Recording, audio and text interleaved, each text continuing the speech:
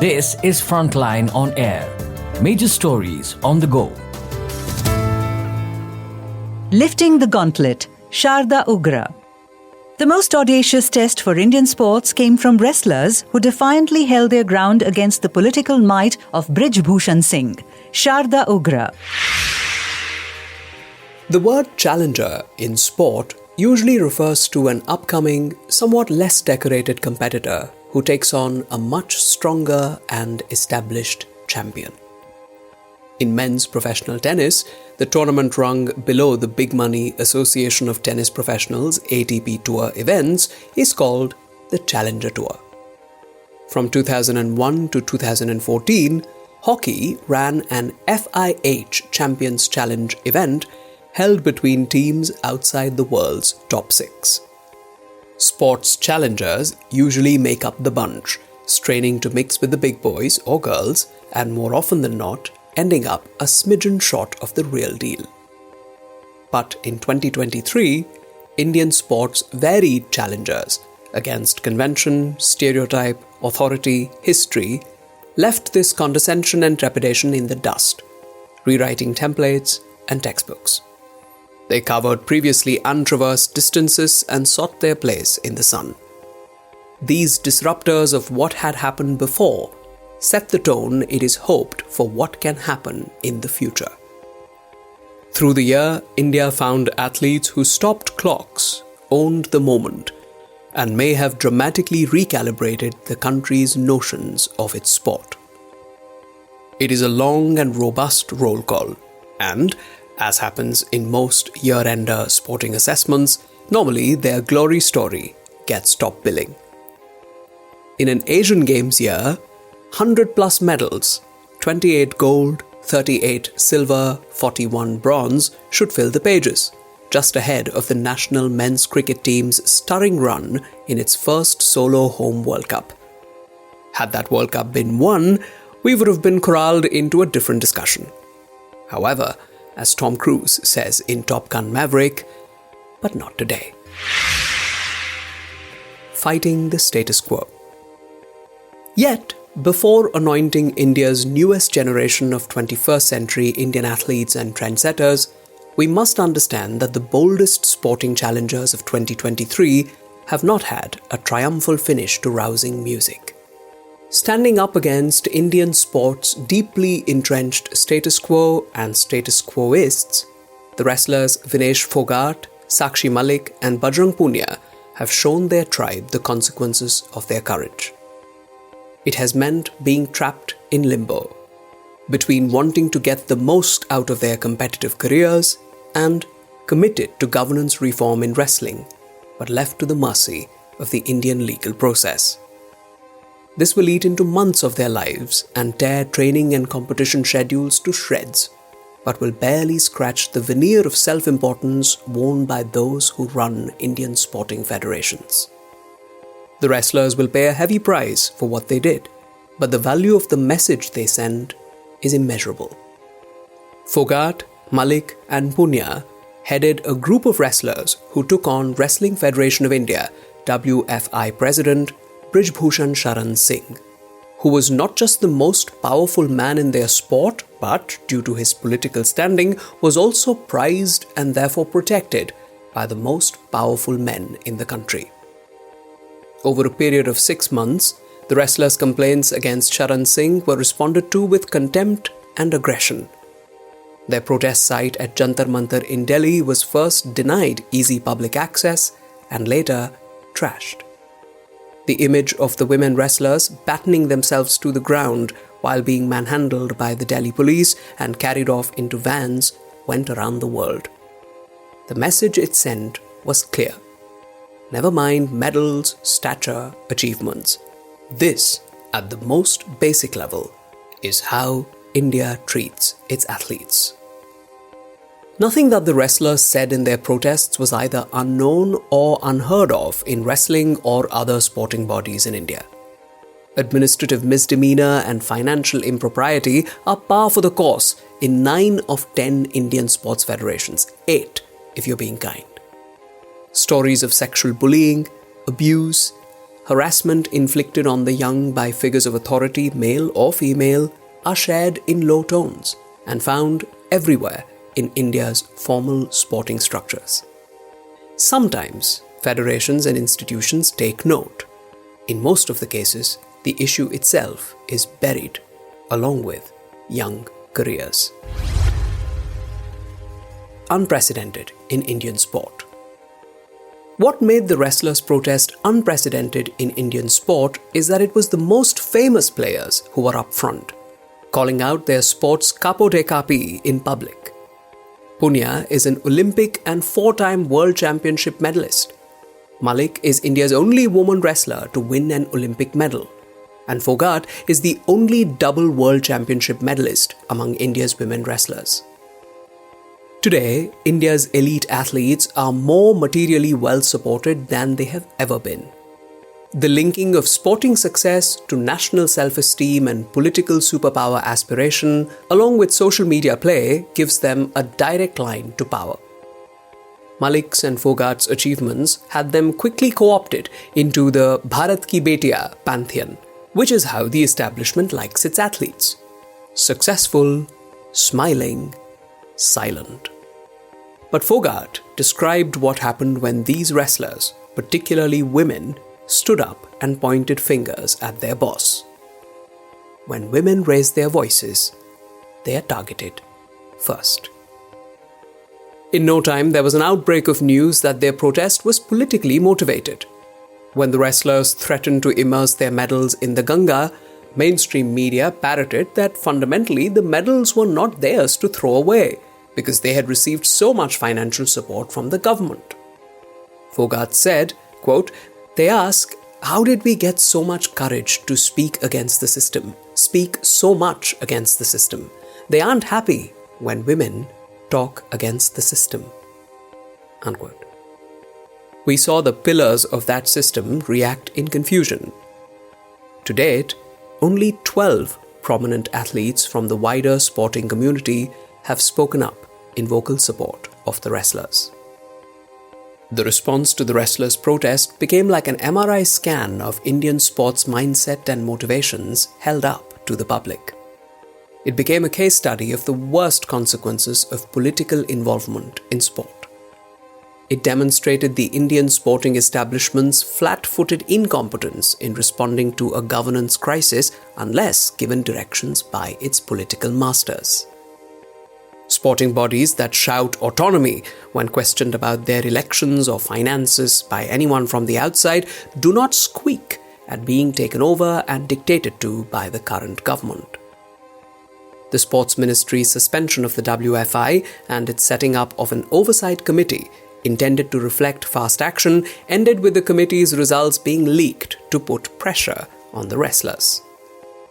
Other official sporting bodies, the Indian Olympic Association, or IOA, led by none other than the Venerable P.T. Usha, and its newly formed Athletes Commission, led by the Olympic medalist MC Mary Kom, froze as if it was the IOA that was answerable to the WFI, not the other way around, as if they had no independent authority to speak on behalf of troubled athletes and demand answers from their member federation. Sharan Singh faction returns. The WFI was still suspended by United World Wrestling and administered by an ad hoc committee until its December 21 elections, which brought a Sharan Singh acolyte to power. After Sharan Singh's faction, and our sport is full of federation factions, won the December WFI elections, Sakshi Malik announced in tears that she was quitting the sport and would never be seen again on a wrestling mat. She put her wrestling shoes on the press conference table and left the venue. Fogart said she did not know how she could find justice in her country. Posters at Sharan Singh's home celebrated an electoral victory, and the athletes were mocked with slogans around Sharan Singh's face saying, "Dabdaba to hai, dabdaba to rahega, ye to Bhagwan ne de rakha hai." The power dominance always is and will always be. It is given by God. As clear a signal as any that in Indian sport, authority is sacred, and causes that challenge them are rendered peripheral. Excellence, pride, nationalism, Tiranga are only empty words. Fogart and Malik could not compete at the Hangzhou Asian Games. Punia lost his bronze medal bout. But to use sporting results as a metric to measure the purpose of the wrestler's challenge is to yearn for a disconnect with the real-life experience of Indian athletes and their truths. What do the 100-plus medals mean? India's increasing medal tallies at mega events like the 2023 Asian Games reflect the response of our talent to an increase in resources, expertise, and the opportunities at the elite level. The sight of some of its most successful athletes sitting in protest against their games rulers is a reminder that behind the headlines there is much that needs to be challenged and changed at the governance and institutional levels. The centrality of the athlete in Indian sport, an absolute no-brainer for progress, is not something the system, as Fogart referred to it, is comfortable with. Yet, the escalation of elite athlete management, backed by government or private funding, and sports science interventions have led to a dramatic escalation in the global presence and performance of Indians across sport. Very little in popular culture has busted clichés about India and Indians like sport has and continues to in this millennium. Breaking through in badminton. In October 2023, India's badminton doubles pair of Satvik Sairaj Rankireddy and Chirag Shetty were ranked world number 1, having won 3 events on the Pro Tour this year, including the prestigious Indonesia Open. Doubles in badminton has historically been India's weak link in team competition, but Rankireddy and Shetty have broken through. Partners since 2016, they were rocks around India's historic 2022 Thomas Cup victory, winning all their knockout matches. Currently world number 2, they won India's first Asian Games badminton gold, and their progress through 2023 has made dreams of another badminton medal at Paris 2024 possible. What was also torn apart in 2023 were stereotypes of Indian track and field athletes as shy, retiring types. The men's 4x400 meter team, Mohammad Anas Yahya, Amoj Jacob, Mohammad Ajmal and Rajesh Ramesh, shattered the Asian record when they qualified for the final of the Budapest World Athletics Championship 2023, overall second in the heats, hot on the tails of, guess who? The US. The Indian team's 2 minutes 59.05 seconds smashed the national record of 3 minutes 0.25 seconds by more than a whole second and chased down Japan's Asian record of 2 minutes 59.51 seconds. Indians in World Championship sprint finals were unknown until now. Asian Games track and field medals have, however, always come in sizable numbers for India. In fact, there were 2 more golds in the Jakarta 2018 tally of 20, 8 gold, 9 silver, 3 bronze, than in Hangzhou's 29, 6 gold, 14 silver, 9 bronze.